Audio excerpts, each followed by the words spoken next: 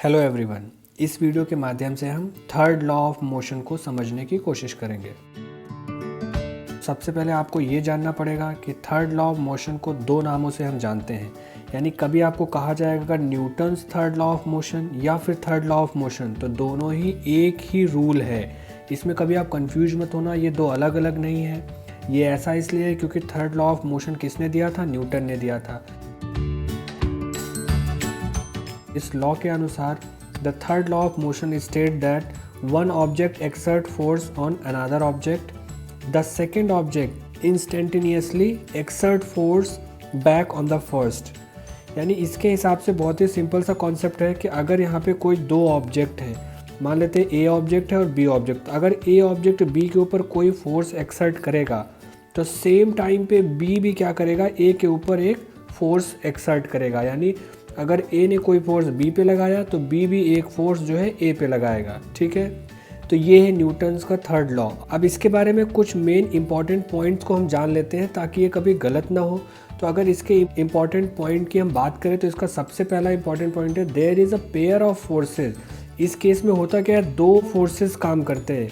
यानी यहाँ पे देखो ए और बी में आपने अभी देखा था एक फोर्स इधर से लग रहा था, एक इधर से, यानी कि यहाँ पे दो फोर्सेस टोटल काम करेंगे। तो हम कह सकते हैं पेयर ऑफ फोर्सेस इस केस में काम करते हैं।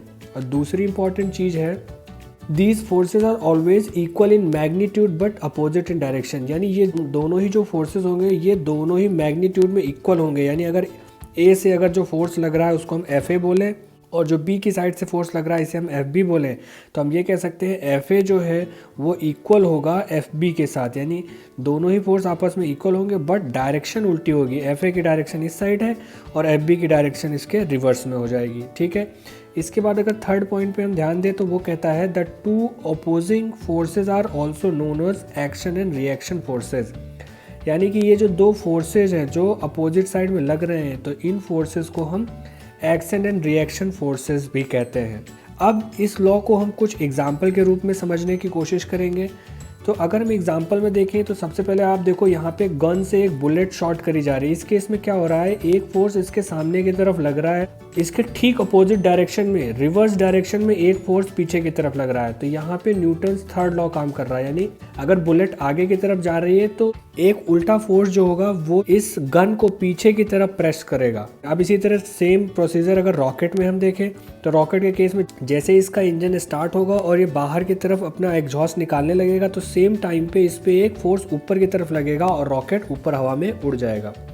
ये चीज़ आप और अच्छे से समझ सकते हो बलून के केस में। बलून में जैसे आप हवा भर के इसका माउथ है वो खुला छोड़ देते हो तो होता क्या है कि माउथ से जो है सारी की सारी एयर बाहर आ रही होती है और बलून जो है धीरे धीरे ऊपर की तरफ उड़ने लग जाता है।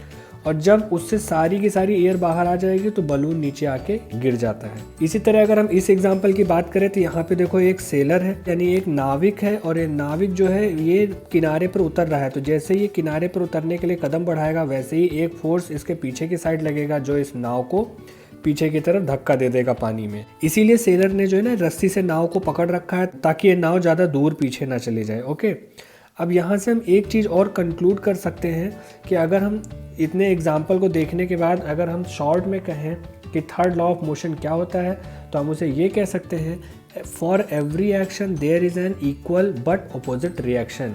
ये बहुत ही शॉर्ट डेफिनेशन होगी Newton's third law of motion की। आई होप अब आपको ये पूरी तरीके से समझ में आ गया होगा। ओके।